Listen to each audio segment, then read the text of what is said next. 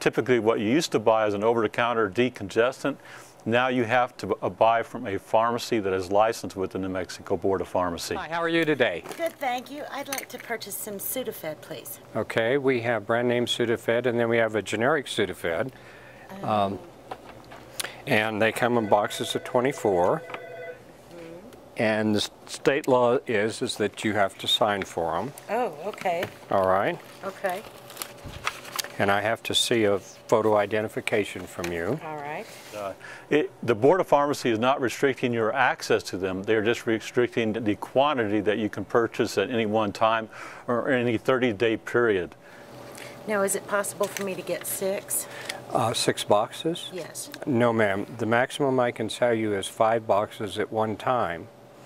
But it is our store policy and most pharmacies' policies that we only sell 1 box at a time. Why is that? Because there is a state and federal law that prohibits us from selling more than 5 boxes at one time.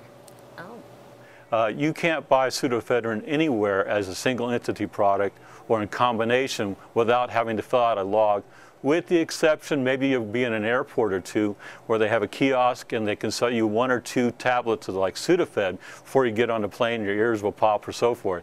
And those are exempt from the federal requirements. But otherwise, you're going to have to keep an appropriate log, and the sales are restricted. Who has access to those logs here in New Mexico? Is it anybody and everybody can look at them, or are there restrictions that the Board of Pharmacy has dictated on that? Generally, nobody but Board of Pharmacy employees or agents can access those records. The DEA can access those records. Law enforcement can access those records when they have reasonable suspicion that something is going on. But they typically can't go in and do what we would call a fishing expedition and just start surfing through names and so forth. Because once they're in a pharmacy, they're protected health records.